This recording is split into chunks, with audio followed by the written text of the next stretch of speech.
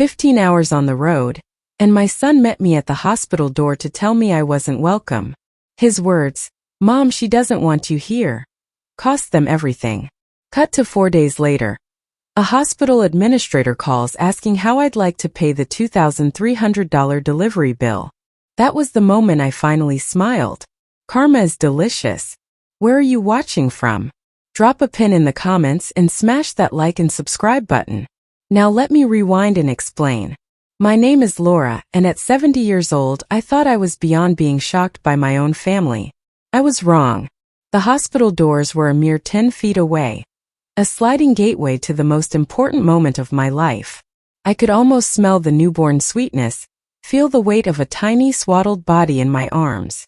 Then my son Peter stepped out of the shadows blocking my path. His face wasn't filled with the relieved joy of a new father seeing his mother. It was twisted with something else, panic, guilt, a terrible shuddered anxiety. "Mom," he said, his voice tight. "What are you doing here?" The question hit me like a physical blow. I actually took a step back, my overnight bag feeling suddenly like a bag of stones. "What do you mean, Peter?" "Beatrice called me," she said. "We need you here, Mom. We want you to be the first to hold him." He couldn't meet my eyes. He stared at a scuff mark on the pristine floor as if it held the secrets of the universe. She changed her mind. She wants it to be just us. Just the two of us. The fluorescent lights hummed overhead, a sound I would forever associate with heartbreak. I drove 15 hours, Peter. Through 2 mountain passes and a dust storm in New Mexico. I'm not asking to be in the delivery room, just to be nearby. To hear his first cry. "I know, Mom, but you know how she gets. The doctor said stress isn't good for her right now. It could complicate things." Something in his voice, a rehearsed flatness, told me this wasn't a last-minute whim. This was a planned exclusion. I felt the fight drain out of me, replaced by a cold, heavy understanding. I was not welcome. "Fine," I said, the word tasting like ash. "I'll go to my hotel. I'll wait for your call." The relief that washed over his face was the final confirming stab. "Thanks, Mom. I'll call as soon as he's here. I promise." I turned and walked back the way I came. The dream I'd carried for 8 months shattering with every step on the cold, hard linoleum. The next 8 hours in that hotel room were a special kind of torture. I stared at the patterned curtains, the generic landscape painting, the silent phone. I was 3 miles away from my flesh and blood, and I might as well have been on the moon. When Peter's call finally came, his voice was ragged with exhaustion and happiness. "Mom, he's here. William Peter Anderson. 7 pounds 6 ounces. He's perfect." Tears welled in my eyes, a confusing mix of joy and profound sorrow. "Oh, Peter, that's wonderful. When can I come? When can I see him?" The pause was just a beat too long. "Beatrice is really tired, Mom. It was a rough delivery. Maybe give us a day? Just to settle in." "Peter," I said, my voice trembling. "I am his grandmother. I drove 15 hours to be here." "I know, and we appreciate it, we really do. But Beatrice needs to recover. You understand, right?" No, I did not understand. But I was a mother and I knew how to bite my tongue. Of course I lied. 2 more days. I spent them in that sterile room, living off lukewarm coffee and cable news, while my son and his wife began their life with my grandson just a short drive away. By Friday morning, the silence was deafening. I drove back to the hospital, my heart a determined drum in my chest. If I couldn't hold him, I would at least see him through the nursery window. But at the maternity ward desk, I was met with a polite, confused smile. "Mrs. Anderson? Oh, they were discharged this morning." The world tilted. Discharged? Without telling me. I called Peter from the parking lot, the phone pressed to my ear like a weapon. "You took the baby home without even telling me?" Mom, Beatrice wanted to be in her own space. She's anxious about germs, about visitors. "I am not a visitor, Peter. I'm your mother." "I know that. Look, maybe next month when things have settled down." Next month. The words hung in the air, final and dismissive. I had driven 15 hours for a next month. That's when the cold settled in my heart, A grandmother's frost. If they wanted to cut me out of William's birth, so be it. But they were about to learn that actions, even cruel ones, have consequences. I turned my car around and pointed it toward Phoenix. I drove the entire 15 hours back, the landscape a blur of bitter tears and simmering resolve. For days later I was in my kitchen, trying to find the will to water my geraniums, when the phone rang.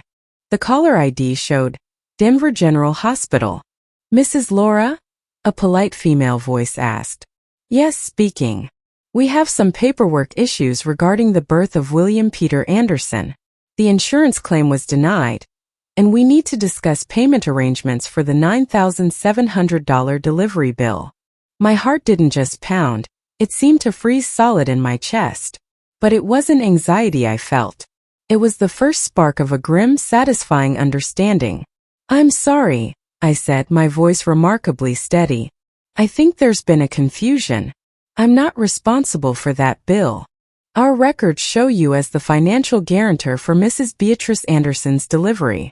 I sat down heavily in my worn kitchen chair. "I see. And when exactly was this form signed?" "Let me check. It shows here the forms were submitted electronically on October 12th at 10:38 p.m. October 12th. The night I was driving through the desolate darkness of northern Arizona, bleary-eyed and clutching the wheel. While I was fighting to stay awake for my family, Beatrice was awake, committing a crime. "And how was this form submitted?" I asked. "Electronically, through our patient portal. The digital signature appears to be yours, Mrs. Vance." The pieces clicked into place with sickening clarity. The sweet invitation, the calculated exclusion, and now this. It wasn't just cruelty, it was a con. "I need to see these forms," I said. "Can you email them to me immediately?" 20 minutes later, I was staring at digital documents that made my blood run cold. There was my name, my address, and most chillingly, my social security number. The form stated I was the maternal grandmother, which was a lie. Beatrice's mother lives in Florida. And the signature, while a decent forgery, was not mine. While I was white-knuckling my way across the desert, desperate to be there for my grandson, my daughter-in-law was forging my name, making me financially responsible for the very event from which I was being so pointedly excluded. I called the hospital back. "This is Laura. I've reviewed the documents, and I need to report a case of fraud."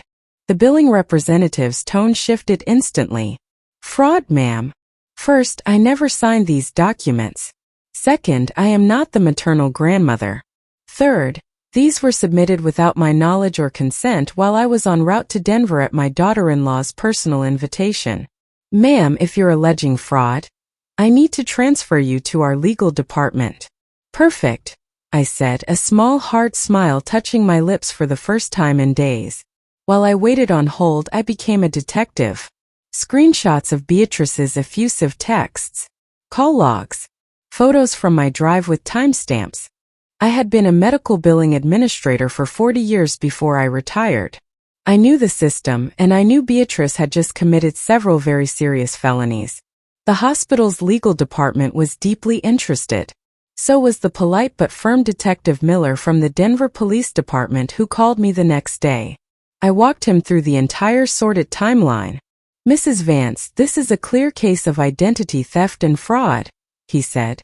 "The invitation to travel concurrent with the crime suggests significant premeditation." Premeditation. She hadn't just snapped under the stress of labor. She had planned this. The invitation, the rejection, the fraud, it was all a calculated play to humiliate me and stick me with their bill. The doorbell rang that afternoon. A severe-looking woman in a sharp pantsuit stood on my porch. "Laura? I'm Linda Sharp, lead investigator for Denver General's Fraud Prevention Unit." She handed me a manila envelope. "I thought you should see this." Inside were grainy black and white printouts from a security camera. They showed Beatrice, clear as day, sitting at a computer in the hospital's family lounge. The timestamp, 10:35 p.m. on October 12th. 3 minutes before the forms were submitted. These images were captured approximately 3 minutes after the financial responsibility forms were submitted under your name, Miss Sharp said flatly. "What happens now?" I asked, my eyes fixed on the image of my daughter-in-law, a criminal caught in the act. The evidence is overwhelming. Hospital fraud involving identity theft across state lines is a federal offense. Your daughter-in-law is looking at significant prison time. After she left, I sat on my porch as the Arizona sun bled into the horizon. A week ago, I was a heartbroken grandmother. Now, I was the catalyst for a federal case. My phone rang. Peter. His voice was a tremor of rage and fear. Mom? What the hell did you do? The police were just here. They took Beatrice in for questioning. They said you pressed charges. I didn't press charges, Peter, I said calmly.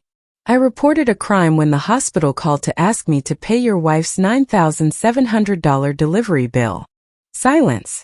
Then a whisper. What delivery bill? Our insurance covered everything. Oh, Peter, I sighed, feeling a pang of sorrow for his naivete. Your insurance was denied. That's why the hospital called me. Beatrice made me the financial guarantor while I was driving through Flagstaff to see my grandson, the grandson I was then not allowed to meet. I could hear the gears turning in his head, the dreadful dawning. Mom, there has to be a mistake. Beatrice wouldn't. Wouldn't she? I asked softly. The same woman who had you turn me away at the hospital door? There's security footage, Peter. She forged my signature. Then Beatrice's voice, shrill in the background, cut through. I heard her desperate, panicked lies. It was a mistake. I just put her as an emergency contact. I spoke clearly into the phone, so there would be no misunderstanding. Beatrice, I've seen the documents. I was a billing administrator for 40 years. I know the difference between an emergency contact and a financial guarantor. You committed fraud. The conversation devolved from there, begging, manipulation, threats about my grandson growing up without his mother. But I held my ground. This wasn't about vengeance anymore. It was about the simple, unyielding weight of consequences. What I didn't know then was that my case was just the thread that, when pulled, began to unravel the entire tapestry of Beatrice's deceit. A few days later, FBI Special Agent Carla Rossi sat in my living room. Her demeanor was calm, but her eyes were sharp. Mrs. Vance, we've uncovered something much larger. Your report opened an investigation that spans 4 states. She opened a file. Beatrice Anderson, whose real name is Brittany Shaw, has a history of identity theft and fraud dating back a decade. She has similar schemes involving at least 5 other family members, including her own sister and your nephew Mark. The total stolen exceeds $60,000. I felt the air leave my lungs. Brittany Shaw. My son had married a stranger. She was working with an accomplice, Agent Rossi continued. A man named Joel Richter, her former partner in crime. They had a pattern. She would embed herself in a family, gain their trust, and systematically bleed them dry. The birth of my grandson, I began, hardly able to form the words, was the culmination of a long-term plan against your family, she finished. Our investigation suggests they intended to use the child as leverage for future extortion. Your refusal to pay that bill, Mrs. Vance, didn't just save you $9,000. It may have saved your grandson's future. The world seemed to shrink and expand all at once. This wasn't just about a hospital bill or a bruised ego. This was about rescuing my family from a predator. Peter showed up at my door that night, a haunted look in his eyes, little William asleep in a carrier. Her name isn't Beatrice, he said, his voice hollow. She's been married before. It's all a lie. I brought them inside, my heart breaking for my son and mending for my grandson, finally in my home. As I held William, feeling the steady, innocent beat of his heart against my own, I knew I had done the right thing. Epilogue. From where I watched Beatrice or Brittany took a plea deal. The evidence was too vast, the crimes too numerous. She is now serving a 12-year sentence in a federal penitentiary. Peter and William live with me now. The road to rebuilding trust with my son is long, and some days are harder than others. But every day I get to watch my grandson grow. I get to be the grandmother I always wanted to be. So where am I watching from today? I'm watching from my sun-drenched porch in Phoenix, with a sleeping grandson in my arms and the knowledge that I protected him. I'm watching from a place of hard-won peace. Sometimes the universe doesn't need your help to deliver karma. Sometimes you just have to get out of the way and let the truth do its work. And sometimes a 70-year-old granny has to be the one to open the door and let it in. The weeks that followed Beatrice's arrest were a study in quiet devastation. My son moved through my home like a ghost, his movements mechanical, his eyes distant. Little William was the only spark of life in him, a tiny anchor to reality. One afternoon I found Peter sitting at the kitchen table, surrounded by stacks of paperwork. His hands trembled as he held a marriage certificate. "It's not even real, Mom," he whispered, his voice thick. "Our marriage. It's void." She was still legally married to that Joel Richter. He spat the name like poison. 5 years. I gave her 5 years of my life, and it was all a performance. I sat beside him, placing my hand over his. "You built a life with who you thought she was. The love you felt was real, even if the person wasn't.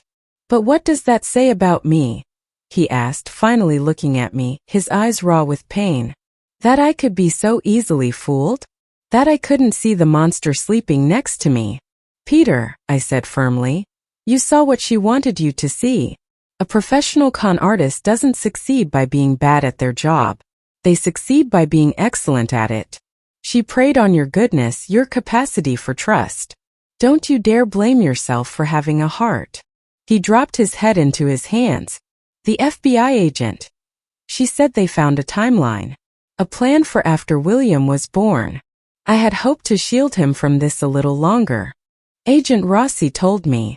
They were going to take him, Mom." His voice broke. "They were going to fake their deaths in a car accident and disappear with my son. They had life insurance policies. They were going to make me mourn them while they started a new life with my child, funded by my grief." Hearing him say the words aloud made the horror fresh again. I thought of the cold calculation it took to plan such a thing, to look into my son's loving eyes every day and plot his destruction. The fury that rose in me was a clean, sharp thing. "We stopped them," I said, my voice low and steady, "because you raised a son who knew to call his mother when things felt wrong. And because that mother knew better than to roll over and play dead when she was kicked." A single rag sob escaped him. For the first time since this nightmare began, he didn't pull away when I wrapped my arms around him. He cried for the wife he never had, for the future that was stolen, and for the son he almost lost. And I held him, my own tears falling into his hair, a grandmother's fortress against the storm. William's first birthday arrived on a bright Saturday morning. The house was filled with the warm, buttery scent of the cake I'd baked and the cheerful clutter of balloons. It was a small gathering, just a few trusted friends and what remained of our family. Peter, who had been slowly emerging from his shell, was visibly tense. What if she finds out? What if someone posts a picture? Agent Rossi assured us she has no internet access, I reminded him, smoothing the front of my best dress. Today is not about her. Today is about William. And about us. We are still a family. When the doorbell rang, Peter flinched. But it was just Sarah, my dearest friend from my billing days, bearing a comically large stuffed giraffe. Then came Mrs. Gable from next door, with her famous lemon squares. The house began to fill with harmless, happy noise. The moment of truth came when we gathered around the high chair. William, crowned with a tiny pointed birthday hat, looked in wide-eyed wonder at the single candle flickering on his smash cake. Peter stood beside me, his camera phone held tight. "Make a wish for him, Mom," he said softly. I looked at my grandson's perfect, trusting face, at my son who was learning to live again, and at the warm, safe home we had built from the ashes. I didn't need to wish for anything. I closed my eyes for a moment, then leaned forward and blew out the candle with William. As the small crowd clapped and cheered, William plunged his chubby hands into the blue frosting, a look of pure, unadulterated joy on his face. Peter snapped picture after picture, a real unforced smile finally gracing his lips. It was a victory. A small domestic one perhaps, but a victory nonetheless. We had reclaimed a day for joy. We were making new memories, good ones that would slowly bury the bad. The letter arrived 2 days later. It was on cheap lined paper, the handwriting a tight, angry scrawl. It had been forwarded by the FBI, as all her correspondence was monitored. Eleanor, I hope you're happy. You've won. You have my son and you've turned my husband against me. You got everything you wanted. I hear things in here. I heard about William's birthday. Did you even tell him about his mother? Or are you poisoning him against me already? He is my son. My blood. What I did was for us, for our future. You could never understand what it's like to have nothing, to be nothing. I was building a life, a real one. And you destroyed it because your precious feelings were hurt over a hospital bill. You think you're so strong.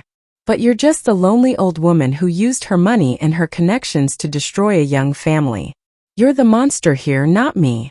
Tell Peter I love him. Tell William his mother loves him. B. I read it twice, then carefully placed it on the kitchen table.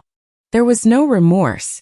Only a staggering sense of entitlement and a twisted narrative where she was the victim. She still saw William as a possession, and her crimes as a justified means to an end. Peter found it there when he came home from work. He read it in silence, his jaw clenched so tight I thought I could hear his teeth grinding. Don't, I said gently. Don't let her poison this house. She's trying to get a reaction. She wants to know she can still get to us. He crumpled the letter into a tight ball. She doesn't love us. She never did. She doesn't even know what the word means. He walked to the fireplace and threw the paper into the cold grate. This is where her words belong. In the ash. We never spoke of the letter again. But it hung in the air between us for a day. A reminder that the past wasn't quite done with us yet. A month later, a rental car pulled into my driveway. A woman got out, her posture hesitant. She had Beatrice's eyes, but they were etched with a lifetime of weariness mine would never know. Mrs. Vance, she called out as I stood on the porch. I'm Maureen. Brittany, Beatrice's mother. My first instinct was to tell her to leave, but the shame in her eyes stopped me. I nodded for her to come up. She didn't want to come inside, so we sat on the porch swing. I'm not here to make excuses, she began, wringing her hands. There are none. What she did to your family, it's unforgivable. I remained silent, letting her talk. She was always clever. Too clever for her own good. Her father, my first husband, was a charmer too. Could talk his way into or out of anything. She learned from the best. She took a shaky breath. I didn't know about any of this. I thought she'd turned her life around when she met your Peter. She seemed so happy. She sent me money sometimes, said she'd gotten a good job. I could see the dawning horror in her face as she, too, realized the money was likely stolen. I wanted to see my grandson, she whispered, tears finally falling. And I wanted to look you in the eye and apologize. For the daughter I raised. For the pain she caused. It was a mother's grief, raw and real. The anger I wanted to hold on to softened at the edges. William is not a part of this, I said, my voice firm but not unkind. He is safe. He is loved. He is happy. That is what matters now. She nodded, understanding the finality in my tone. She wasn't going to get to see him. Not today, maybe not ever. Thank you for not slamming the door in my face, she said, standing to leave. Maureen, I called out as she reached her car. She turned. Get some help for yourself. You can't save her, but you can save you. She gave me a sad, grateful nod and drove away. Another casualty of Brittany Shaw's wake of destruction. The federal trial was a swift, clinical affair. The mountain of evidence was insurmountable. Digital records, financial trails, the testimony of other victims, and the damning security footage from the hospital. I was called to the stand. The prosecutor led me gently through my story. The phone call, the drive, the rejection, the hospital bill. I spoke clearly, looking not at the defendant but at the jury. I told them about the 15 hours of hope and the crushing betrayal at the end of it. When it was the defense attorney's turn, he tried to paint a picture of a desperate, hormonal new mother. Mrs. Vance, isn't it true that women in labor are often not in their right mind? That they can make decisions they later regret? Objection, Your Honor, the prosecutor said. Calls for speculation. Sustained. The attorney tried another tack. You were aware your son and daughter-in-law were having financial difficulties, were you not? I was not, I replied coolly. Because they never discussed them with me. Because, as I learned, their difficulties were the result of her criminal activities, not a lack of income. He had no more questions. I finally allowed myself to look at her. Brittany Shaw, formerly Beatrice Anderson, sat perfectly still, her face a mask of contempt. There was no remorse, only a cold fury at being caught. She was a stranger, and I felt nothing for her but a distant, profound pity.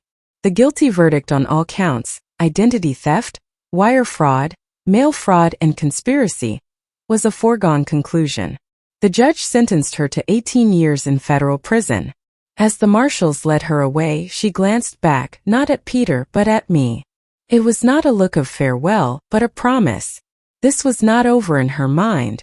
Peter, sitting beside me, let out a long, shuddering breath.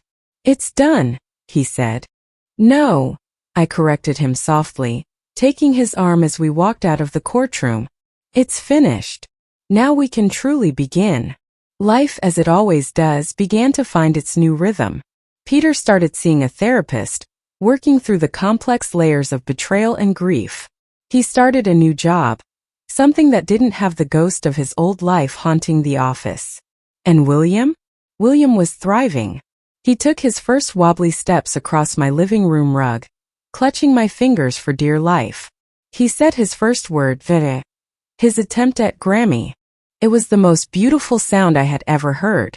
We established our routines. Saturday morning pancakes. Evening walks around the neighborhood, with William pointing at every dog and bird with rapturous excitement. Bedtime stories in the big rocking chair. His small warm body nestled against mine. One evening, Peter came home with a framed photograph. It was a picture from William's birthday of the three of us, covered in a little bit of blue frosting, laughing. He hung it on the wall in the hallway, the first new picture to go up since he'd moved in. It was more than a photo. It was a declaration. We were a family. A different family than any of us had imagined, but a strong one, built on truth and a love that had been tested in fire. The past was still there, a shadow in the corner of our eyes. But we were learning to live in the light we had fought so hard to protect. William was 2.5 when he asked the question. We were in the garden planting tomatoes, his little hands covered in rich, dark soil. He said, his brow furrowed in concentration. Where my mama? The world stopped for a heartbeat. Peter, who was weeding a few feet away, froze. I wiped my hands on my apron and sat back on my heels, looking into his earnest, innocent face. How do you explain the abyss to a child standing at its edge? I chose my words with the care of a bomb disposal expert. Your mama, I said softly, had to go away. Far, far away. She can't be here with us. He considered this, his head tilted. Why? Because she did some things that weren't safe or kind. I said, keeping it simple, keeping it true. And when people do things that aren't safe, sometimes they have to go away to learn how to be better. He processed this for a moment.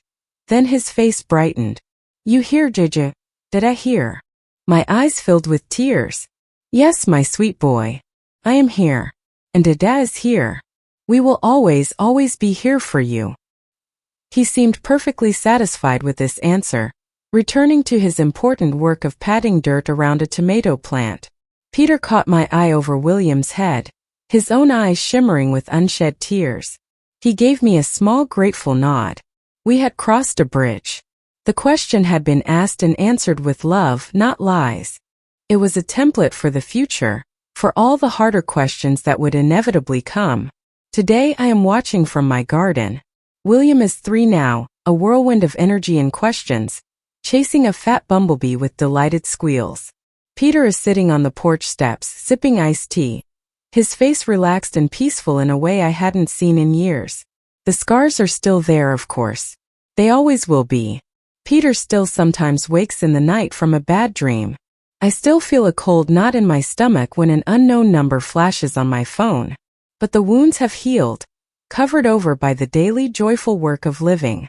I think of that desperate woman driving through the night, her heart full of hope. I think of the shattered woman in the hotel room. I hardly recognize them anymore. The world tells women like me to be sweet, to be quiet, to not make a fuss. They tell grandmothers to bake cookies and knit booties and stay out of the way. But being a grandmother isn't just about softness.